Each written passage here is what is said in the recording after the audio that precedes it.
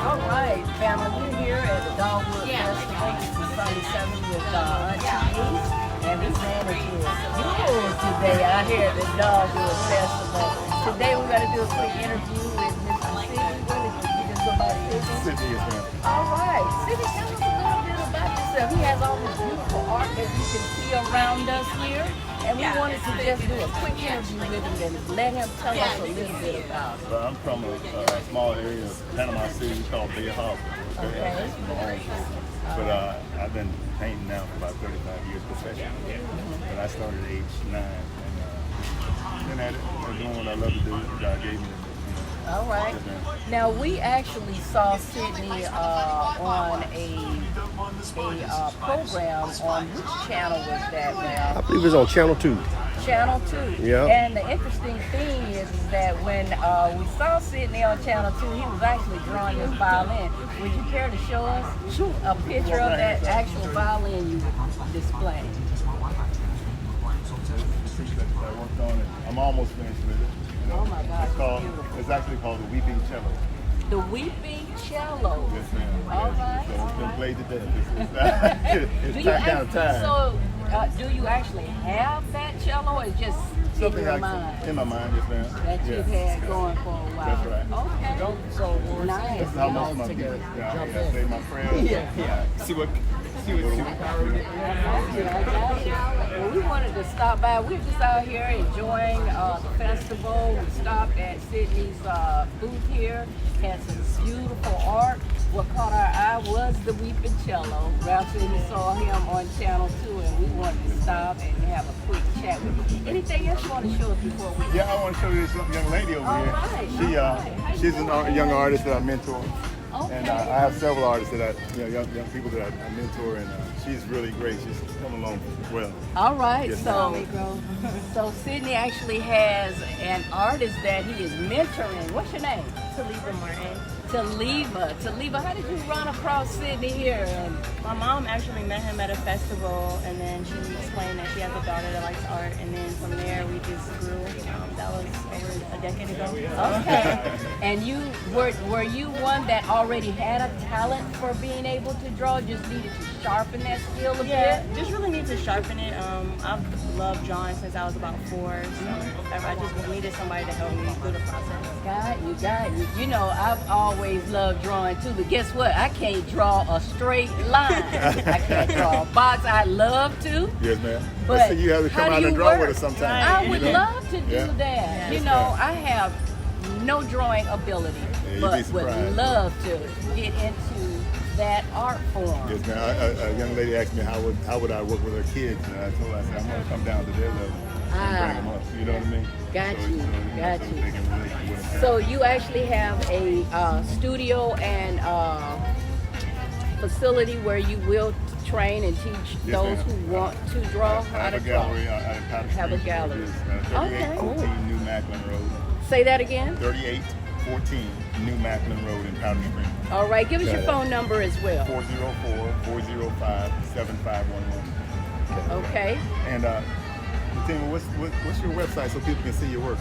Right now, I'm still working on my website, but I'm on Instagram. Tahleebah, TAHLEEBAH.M. Awesome. Family, what we're going to do is get Tahleebah as well as Sidney's information. You're going to drop it in the description box. For those of you who are really interested in contacting this brother and this young lady right here, if you're interested in learning how to draw, I say absolutely get in contact with them. I am, because I can't draw a lick. You just heard me say that. So I'll put that information in the description box. Thank you so much, Tahleebah, for your time today. And we're going to get your information as well as Sidney. Sidney, anything else you'd like to tell the family before we shut this Hey, God down? bless you. I appreciate you. Thanks for watching us. If you have a kid that wants to be tutored or into the art field, let me have them. I'm ready. All right. Good deal. And with that, family, we're going to shut this portion down. We'll come back at you in just a little bit, but we'll be right back. Thank you. All right, we're back, family, and right now we missed him on the first round here and thought we'd stop back by and try and catch him and have a quick chat with Edwin. Edwin, tell us a little bit about your art display here, how you got started, what really inspired you to get into the art that we see here? Narrative art, storytelling, we call it narrative art, has always been a popular way of spreading the word. I started with that, so a lot of the art with no background to this, background to that. Most of the messages were for me, but I figured other people would use the same insight. So I started doing some painting, and trying to narrative art, and I started looking at a lot of cultural, and I got involved in past, history, ancestry, and before you know it, it just turned into something to do. Got you. And I like that narrative. You're right, it tells a story. Now, this particular piece that we're looking at right here is pretty obvious. But let's take this Jimi Hendrix piece here. What's the narrative behind that? Jimmy, it's funny, when I do musical pieces or I try to capture icons, I like to capture their time, their essence. Jimmy was from a time that I wasn't fortunate enough to experience Jimi Hendrix. But nothing's like seeing these performers in person. So trying to capture Jimmy, you watch footage of him, he had a particular move, he inspired a whole new movement in music. I wanted to use the colors and the sound and the movement to try to portray him in his era. And I got a lot of people say it was a young Jimmy, and I said, well, Jimmy was young, that was it. We only got a young Jimmy. We never had an older Jimmy. Exactly. So if I could just capture it in, the music in motion is what I call a series. If I could just capture his movement, his spirit, and the piece, I figured I would try to stay vintage and. Well, I can tell you when we first came by your display here, that was the first piece that really jumped out to me. The colors are perfect, the framing, the colors of the frame, but it was really those tones that you used in this particular piece that just stood out and spoke to me. So I wanted to absolutely get opportunity to talk to you about what did you feel when you were painting this particular piece right here. Listen to Jimmy, I felt like I was there. I could never experience, I hear stories, I meet a lot of people, but I felt like I was there in this era, watching him perform. I got lost in Jimmy, some of the colors, you want to brighten things up, but it wouldn't work that way because, watching him and watching the footage is like, it's different. Yes. It's a different feeling. So the whole era, was just different. It seems like such a fun era. We always talk about a time machine. Would you go back, if you could go back and visit? Well, Jimmy might be up there, Oh yeah, definitely before what we would classify as his time. And I'm looking at other pieces here. They are all very, very gorgeous. They make a big statement. Do you have a gallery here in Atlanta? I have galleries that carry. Galleries. Not personally, but they carry me. Oh, okay. So what I do is I work with galleries because I'm in Delaware, Philadelphia. Oh, so it's easy for galleries in particular areas of the region to carry the work. So if you look up online, you can find a local gallery or institution that will carry the work and you can figure out the piece. Now, are you reachable directly? Oh yeah, you can reach me directly. So online, Facebook, Instagram.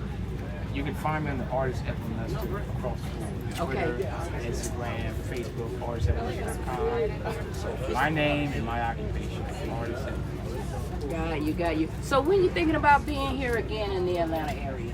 Well, thanks to this, I'll be back to visit you guys in April. All right, next year. Try to get here every year, at least twice a year. So it's good to kind of get you settled. So it'll be fun to bring something new. I like to try to always bring something new every year. Awesome. Well, I'm so proud of you of getting that right there, and truly appreciate you bringing this and exposing us to it. We look forward to seeing it. It stands up to the name of Atlanta. It stands up to the name. We're in the north. You guys don't own shovels and snow blowers. So No. we may not own some ourselves. So Yeah, you know, we get just a little bit of little dusting and things shut down here because we just don't, you know, we're not used to that type of weather.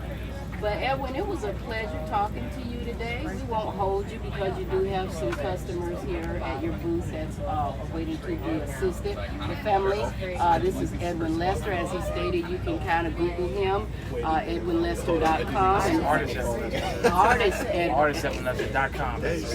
Awesome, awesome. And go out there and see some of the beautiful things that he has to offer. Okay? Thank you so much again, and we look forward to seeing you back here next year. All right. Thank you. All right, family, we are getting ready to end our session here over at the Dogwood Festival here at Piedmont Park in Atlanta, Georgia. We've been out here just enjoying the scenery, taking a look at art, eating a little bit of food, walking around, getting some exercise in. As you can see, I have been sweating. I am a sweater. It's very hot out here. But we're getting ready, like I said, to end this session. Right behind me, though, before we go, is the actual dogwood symbol. This is actually a statue of a dogwood tree. I have several in my yard at home, but they are very beautiful when they come in bloom right around about the beginning of April, and they last until about the end of April. They bloom at one time, and then they die out, and you don't see them again until the following year. But they're absolutely beautiful when they do come out. But again, thank you for joining us today on this little short venture. And I hope you enjoyed it. I hope you enjoyed the artists that we interviewed, and we will be talking again with them very soon. Again, this is Sidney with AN-T-NEES. And as always, appreciate you, love you. Please hit the like button, subscribe, share with your friends. And as always, these are the Honky Tonk Chronicles. Peace out.